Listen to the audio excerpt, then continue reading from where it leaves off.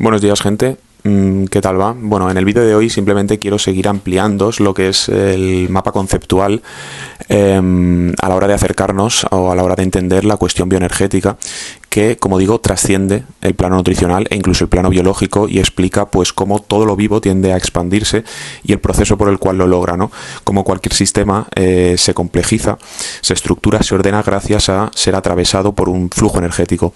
Esta idea central de la interdependencia entre materia y energía, que digamos es el núcleo del paradigma bioenergético, como digo, explica y une de una forma holística y unitaria todas las ciencias naturales, incluso también las sociales, ¿no? Incluso las artísticas y místicas y espirituales, ¿no? Todas esas facetas quedan aunadas por el mismo principio. Pitt, ¿vale? Ray Pitt era bastante fan de un... Bueno, fan es una... Era bastante... Fue inspirado, ¿no? Por un poeta y pintor británico, William Blake, también tal vez os suene, y una de sus frases era as above, so below, ¿vale? Es decir, tanto arriba como abajo. Y esto tiene bastante significación, o es bastante significativo a la hora de este paradigma, puesto que lo que ocurre en nuestro microcosmos es lo que se replica de igual forma en nuestro macrocosmos, ¿vale? Es decir, lo mismo que ocurre a nivel celular, cómo es el estado celular, ¿vale? Cómo de bien fluye la célula, cómo de bien, cómo de eficaz, digamos, produce energía y maneja energía, cómo de estructurada está la célula, cómo de relajada gracias a ese flujo eficiente de energía, es lo que va a ser, es decir, se va a replicar exactamente igual a nuestro nivel orgánico general, ¿vale? Es decir, cómo nos movemos en el mundo, cómo percibimos la realidad, cómo la interpretamos, cómo de fluido es nuestra interacción con los demás, con nuestros quehaceres, ¿vale? Cómo de relajados estamos en nuestra vida, en nuestro entorno. Digamos, está interconectado, ¿entendéis? No puede haber, es decir, el microcosmos se replica en el macrocosmos. Por lo tanto, todos los sistemas están unidos. Digamos que serían como círculos concéntricos, ¿vale? Exactamente iguales, que unen lo micro con lo macro. Bien, por eso de ahí, ¿no? Todas estas cosas de que somos un universo en nosotros mismos, ¿no? Nuestro sistema digestivo, que es el núcleo de nuestro metabolismo, nuestra digestión, es también un cosmos en sí, ¿no? Donde se producen sus supernovas incluso, ¿no? Y sus creaciones de planetas nuevos y demás. En fin, desvariamos, seguimos con el tema. Así que bueno, hoy lo que quiero hablar es sobre la importancia de comer suficiente. Parece obvio, ¿no? Pues vale, comer suficiente, ¿no? Pero vamos a ver que tiene más miga, ¿no? De lo que parece, y cómo el estar, digamos, debajo, ¿no? Es decir, una leve restricción calórica puede afectar a todos nuestros sistemas a un nivel bastante importante. Y vamos a hablar por ello del experimento de Minnesota y contaros un poco el tema. De hecho, por ejemplo, hoy en día, a día de hoy, para que veáis cómo con los años la tasa metabólica general ha ido disminuyendo, y cómo, cuando digo que la mayor parte de la población seguramente tenga un hipotiroidismo subclínico, no estoy desencaminado, y es que en el etiquetado de los productos, la ingesta media calórica de un hombre adulto medio, ¿vale?, que se recomienda es la de 2000 calorías. Esto es muy poco, ¿vale? Tendríamos que comer 4000 calorías. ¿Qué pasa? Que al tener los metabolismos tan bloqueados, tan obstruidos, pues obviamente un poco más de calorías de 2000, pues enseguida acumulamos grasa, tenemos problemas relacionados con el sobrepeso, con la obesidad, con la diabetes, etcétera, ¿vale? Pero esto no debería ser así. Deberíamos tener un metabolismo muy eficiente y necesitar 4000 calorías. Y explicaré por qué. No es de extrañar que también la temperatura media de las personas haya bajado con los años, ¿vale? Y porque tenéis que tener en cuenta que 1 grado menos en tu temperatura corporal, equivale a una barbaridad de calorías que no estás quemando, ¿vale? El calor junto al dióxido de carbono es, digamos, el residuo de una respiración celular eficiente y de un flujo continuo de energía, ¿no?, atravesando nuestros sistemas y estructurándolos y haciéndolos más funcionales, complejizándolos, ordenándolos. Entonces, sin ese calor, es decir, cuando ese calor disminuye, es un síntoma, ¿vale?, de un metabolismo que se va relanteciendo, ¿vale?, que ese río fuerte que tendría que ser nuestro flujo energético que nos estructura está empezando a menguar, ¿vale?, y a obstruirse, ¿vale? Tenéis que pensar que un estado hipometabólico es, digamos, si quisiésemos hibernar, ¿vale? Nos apagaríamos, muchas funciones se apagan para únicamente que el cuerpo tuviese recursos para las principales, ¿no? Para que lata el corazón, para que los pulmones tal, 4 cosas, ¿no? Y todo lo demás, pues, no es necesario, no es prioritario para la vida, por lo tanto se apagan. Disminuiría la temperatura, disminuiría el pulso, en fin, ¿no? Tenéis que imaginaros eso, que el hipometabolismo es tender a un estado de letargo, ¿no? De hibernación, ¿vale? De apatía hacia el mundo, ¿no? De estar apagado, ¿no? Cuando tendría que ser lo contrario, tendría que ser de ampliación, de calor, de explosión hacia el entorno, ¿no? De conquista de la realidad inmediata. Bien, antes de ello, quiero hablar también de un tema respecto al entrenamiento, ¿vale? Respecto al heavy duty. Como sabéis, el sábado pasado hice pierna, que subí el clip de la sentadilla, brutal, y como se va rotando la musculatura, pues el siguiente grupo muscular a trabajar era los empujes, en concreto el pectoral, por lo tanto, cuyo ejercicio principal es el press inclinado. Bien, podría haber ido el lunes, pero fui el martes. ¿Por qué? ¿No? Para que entendáis la dinámica, ¿no?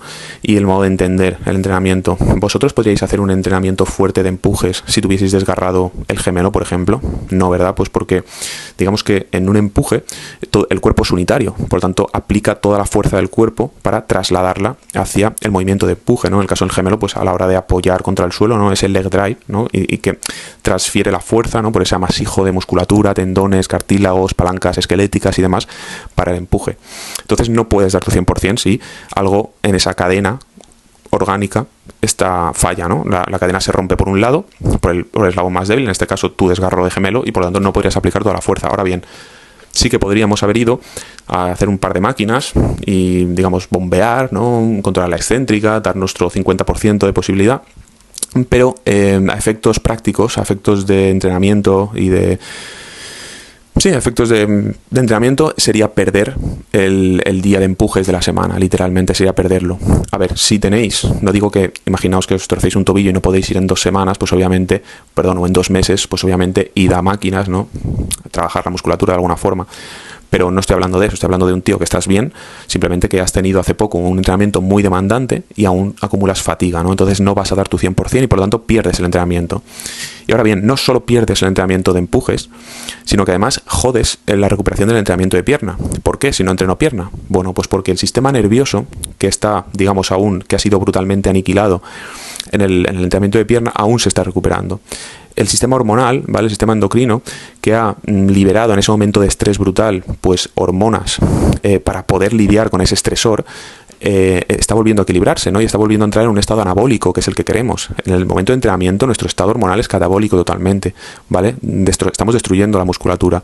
Estamos elevando hormonas que tienden a sacar de los tejidos toda la energía posible para ejecutar esa acción intensa. Por lo tanto, eso tiene que volver a equilibrarse. Luego, todos los nutrientes, también hormonas, que, digamos, están en el torrente sanguíneo y que por haber, en concreto en las piernas, haber ejercido esa tensión mecánica, sus receptores están mucho más sensibles a la absorción de todos esos nutrientes de la sangre, ¿vale? Todos los sistemas, tanto nervioso, hormonal, en general, que van dirigidos a recuperar tu organismo en total y en concreto el tejido muscular de las piernas, sus adaptaciones de fuerza, sus adaptaciones de hipertrofia, todo eso se va a paralizar porque vuelve a haber un estímulo muy fuerte en el caso del entrenamiento de empujes, ¿vale? Y que, como digo, ni siquiera va a ser nuestro 100%, ¿vale? Entonces, jodemos en el entrenamiento, o sea, desperdiciamos nuestro entrenamiento semanal de empujes y además jodemos la recuperación del entrenamiento de pierna, ¿vale? ¿Por qué? Pues ser un cabezón, por querer ir a entrenar. Y luego, aparte, no solo es mejor a nivel de crecimiento muscular este tipo de entrenamiento, ¿no? De intensidad más el descanso correspondiente, sino que tenéis tiempo para dedicaros a otras facetas de la vida, ¿vale? Ese día de descanso, de crecimiento en realidad, ¿vale? El día de descanso, el día de crecimiento que tú quieres ir y no vas. Es decir, el fitness, en este caso el levantamiento de pesas, tiene que aportar más en la vida, ¿vale? Tiene que hacer de tu experiencia subjetiva para todos los otros ámbitos, pues hacerla mejor por ser un tío grande, fuerte, vital, con potencia, ¿vale? Con un cuerpo bonito también, qué coño. pero no se ha de quitar. Es decir, no podéis estar ansiosos porque hoy no habéis ido al gimnasio. No seáis unos atrapados del gimnasio, ¿vale? Que no os consuma, no seáis esclavos del gimnasio. Bien, después, por ejemplo, yo hago un entrenamiento de empujes, ¿vale? En concreto el dirigido a pectoral, en el que el ejercicio principal es el inclinado con mancuernas. Lo haces y pasan 2 semanas hasta que vuelves a hacer ese ejercicio. Obviamente en la siguiente semana, el día de empuje, ¿vale? Toda la energía la vas a enfocar, la vas a centralizar primero, vas a priorizar un ejercicio de hombro, como es el press militar, pero también tocaremos pectoral, por lo tanto el pectoral no se va a dormir, no os preocupéis, pero lo que es el inclinado no lo hacemos hasta después de 2 semanas. Ahora bien, si después, es decir, tú vas al inclinado después de 2 semanas y no solo mueves lo mismo, sino que además mueves más, ¿pensáis que se os va a quitar la fuerza, se os va a quitar el músculo? ¿No veis que estáis progresando? ¿Vale? Lo que os ha de guiar en los entrenamientos, el parámetro más importante es el rendimiento, ¿vale? El que tengáis aquí apuntado en este ejercicio 7 repeticiones y esta semana hayan salido 8. Eso es que estáis haciéndolo bien, ¿vale? No os podéis fijar en simplemente el cansancio, ¿no? Es decir, voy a evaluar esta semana de entrenamiento. ¿Cómo ha ido? Pues ha acabado reventado. He ido 6 días, me he fatigado que flipa, me duelen las articulaciones, estoy muy cansado. Eso no es como tenéis que pensar si ha ido bien o no.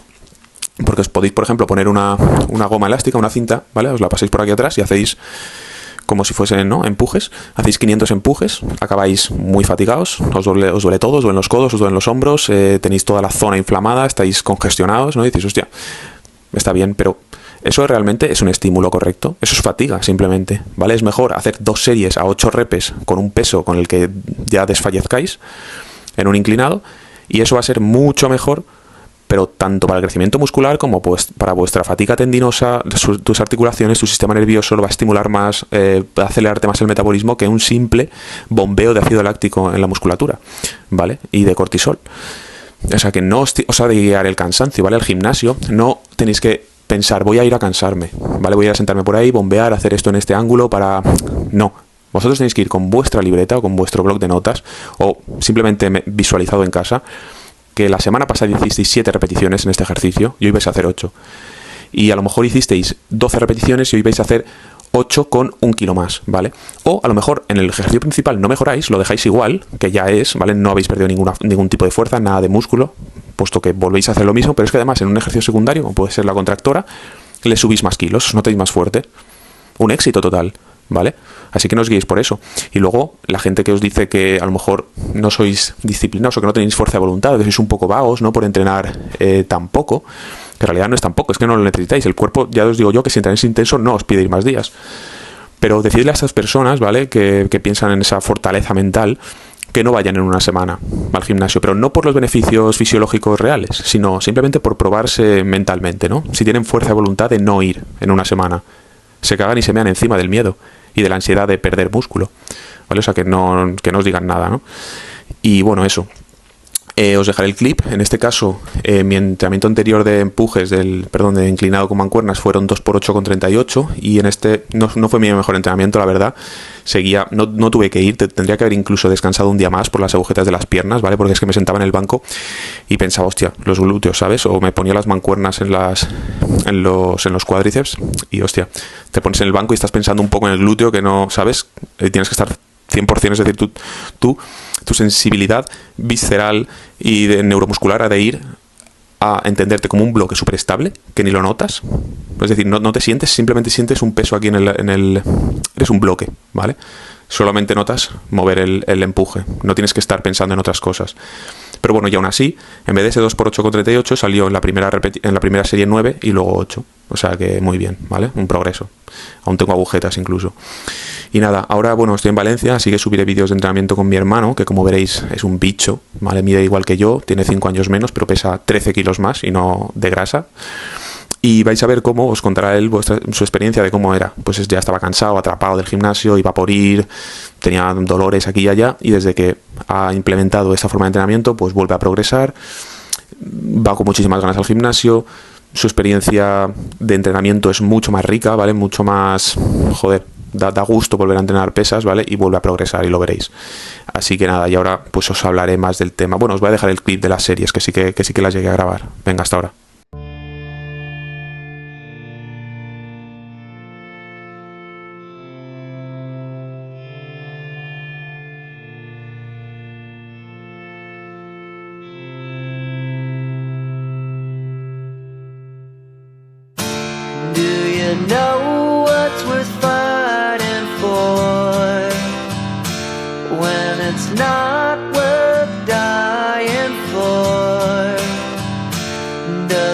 take your breath away and you feel yourself suffocating. Does the pain weigh out the pride and you look for a place to hide? Did someone break your heart inside? You're in ruins.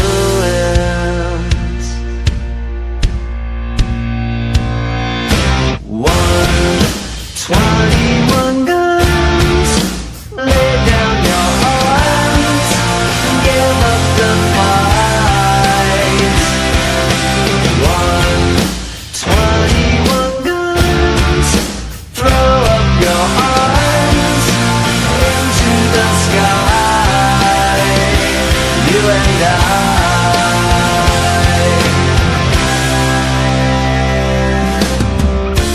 When you're at the end of the road and you lost all sense of control and your thoughts have taken their toll, when your mind breaks the spirit of your soul, your faith walks on broken glass and the hangover doesn't pass. Nothing's ever built to last. You're in ruins.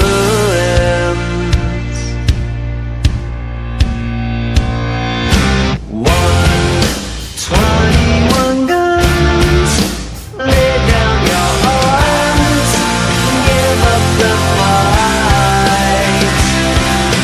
1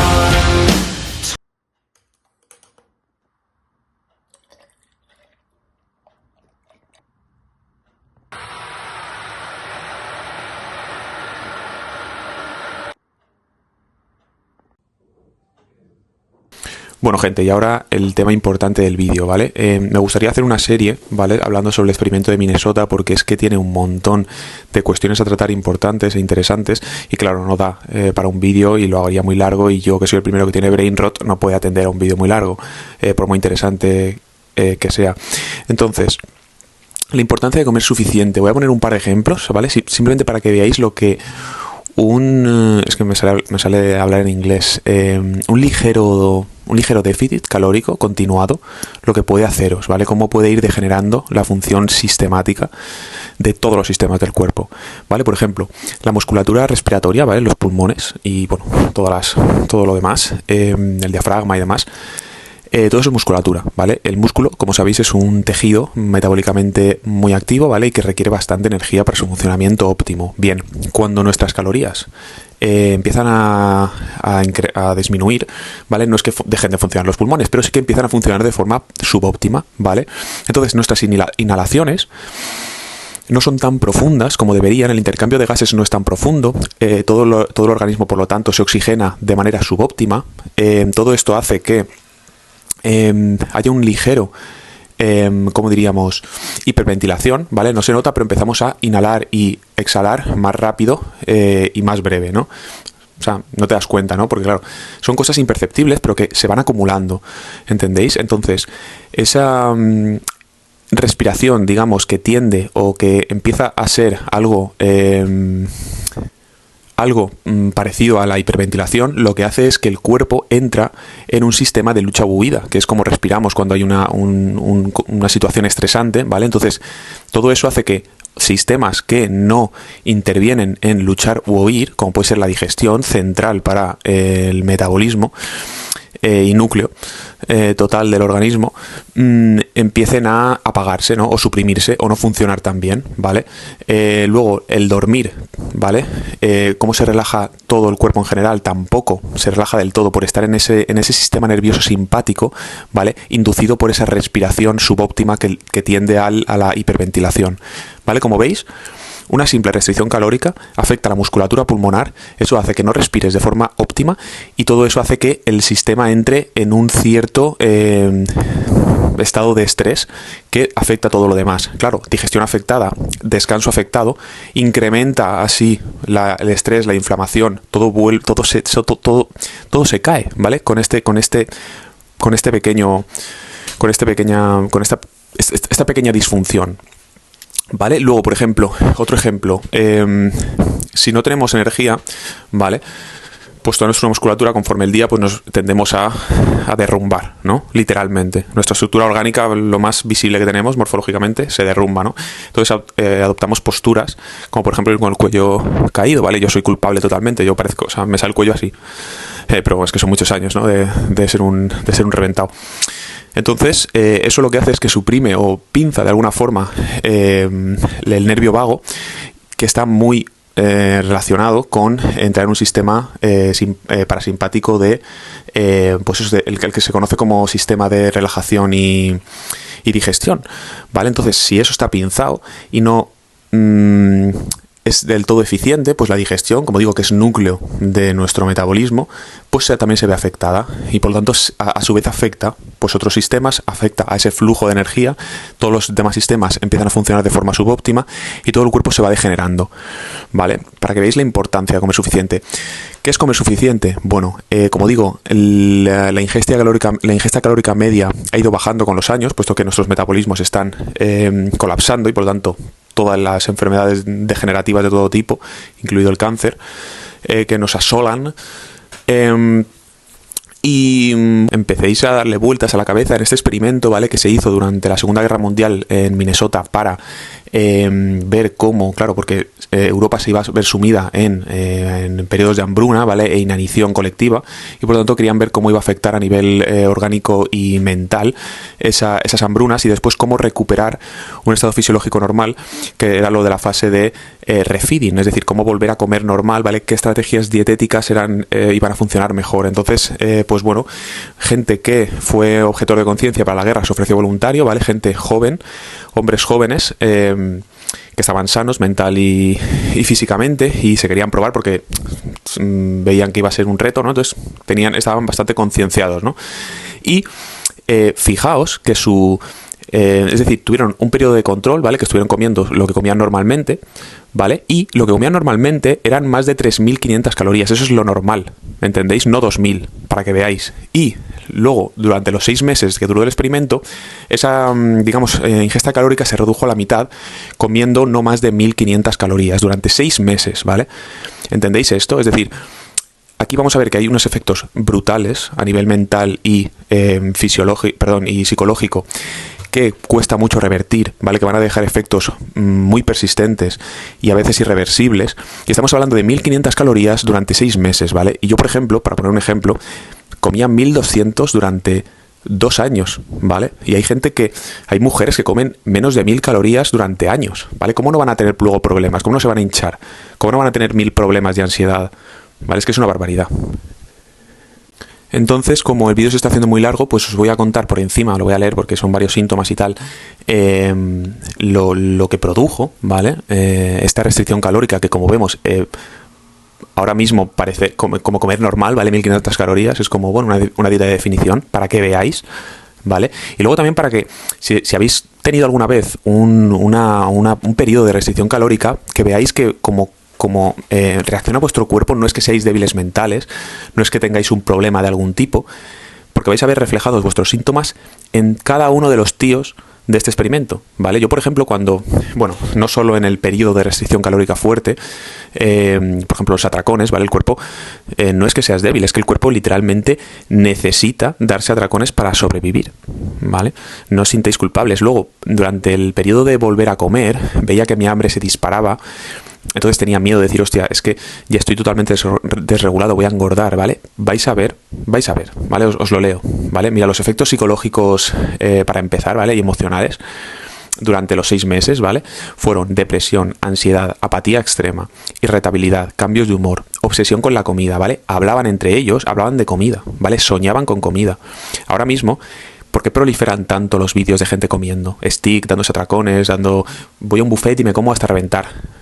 ¿Vale? Yo he visto esos vídeos, los he consumido porque es una forma vicaria de sentir, de tener esa experiencia de comer cuando tú no puedes, ¿vale? Pero tú, que en tu tiempo libre quieras ver eso, es un síntoma de que estás enfermo, ¿vale? No es normal. Pérdida de interés en relaciones, en hobbies, en el sexo, incluso en la vida misma, aislamiento social, disminución del sentido del humor, ¿bien? Efectos físicos, pérdida de masa muscular y grasa corporal significativa, hasta un 25% del peso corporal, disminución del metabolismo basal, hipotermia, ¿bien? Braquicardia, ¿vale? Latido cardíaco lento, hipotensión, ¿ves? Es lo que os decía, es decir, todo se deprime, es como que entras en letargo, es como que vas a hibernar, ¿vale? Cuando no deberías hibernar, deberías estar ahí fuera expandiéndote, tío, y experimentando la vida en todo su esplendor, ¿bien? Frío constante, intolerancia al frío, mareos, fatiga extrema, debilidad muscular, hinchazón en extremidades, edema por pérdida de proteínas plasmáticas, dolor muscular y articular, cabello fino y pérdida de cabello, os quedáis calvos, piel seca, hostia, la piel seca, qué barbaridad. Yo recuerdo, me quitaba los pantalones y nevaba de la sequedad de la piel, ¿no? De como, en fin. Luego, como digo, efectos conductuales relacionados a la comida, pues obviamente desarrollo de conductas alimentarias desordenadas, ¿vale? Atracones durante la fase de rehabilitación, cuando intentas empezar a comer otra vez, te das atracones y crees que pues estás enfermo mental, lo estás, pero que es un paso necesario, ¿vale? Hay que pasar por ahí, es completamente normal que tu cuerpo reaccione así. Comer muy lentamente, jugar con la comida, robo o acaparamiento de alimentos, ¿vale? Masticaban chicle compulsivamente, algunos diluían la comida en agua para prolongar la experiencia de comer, ¿vale? Luego, cambios físicos y hormonales, pues disminución de la función tiroidea, que es un metabolismo normal, reducción de los niveles de testosterona, alteraciones de sueño, disminución de la libido y disfunción sexual, reducción de glóbulos rojos, anemia leve, pérdida de la menstruación en mujeres, ¿vale? Eso es muy normal, muy normal, pero que en verdad es una barbaridad, ¿vale? En el mundo fitness, por conseguir un ideal estético que encima es una basura, ¿vale? Pierden la menstruación, es una barbaridad. Disminución del gasto energético total, efectos mentales y cognitivos, disminución de la concentración, por supuesto, dificultades para tomar decisiones, pérdida de motivación y pensamientos obsesivos, ¿vale? Y incluso automutilación en algunos casos. Y durante la fase de recuperación, ¿vale? Muchos no podían dejar de comer, ¿vale? Incluso con dolor de estómago. Yo recuerdo volver a comer y eso, comer muchísimo. Oye, claro, yo estaba asustado. Digo, tío, es que si como así me voy a engordar, ¿vale? Y incluso pasados, recuerdo, un año, el metabolismo tardó en semanas, meses en recuperarse, y incluso en un año aún estaban consumiendo más de 3.500, más de lo de antes, para volver a tener un organismo normal, ¿vale? Para que veáis. Y solo estando 6 meses en esa restricción, que tampoco era tanta, al parecer, conforme a parámetros de hoy, ¿no? Eso, el peso corporal no se recupera fácilmente, aún con el aumento calórico. El deseo de la comida persistía incluso cuando las necesidades energéticas eran cubiertas, como digo, es decir, tú comías ya lo de antes, pero es que seguías teniendo ansiedad por la comida, ¿vale? Algunos nunca volvieron a su peso anterior y otros ganaron más peso del original por el efecto de rebote, ¿no? Como digo, por un metabolismo destrozado, pues obviamente incrementa las calorías, no puede usar el cuerpo esa energía, ya no sabe, y por lo tanto se daba acumulación de tejido adiposo. Así que veáis, ¿vale? Con esto voy a terminar ya el vídeo porque si no se me va a alargar mucho. Pero si os interesa volveré a tratarlo y para que veáis, ¿no? Así que nada, chavales, un saludo. Nos vemos en el siguiente. Chao.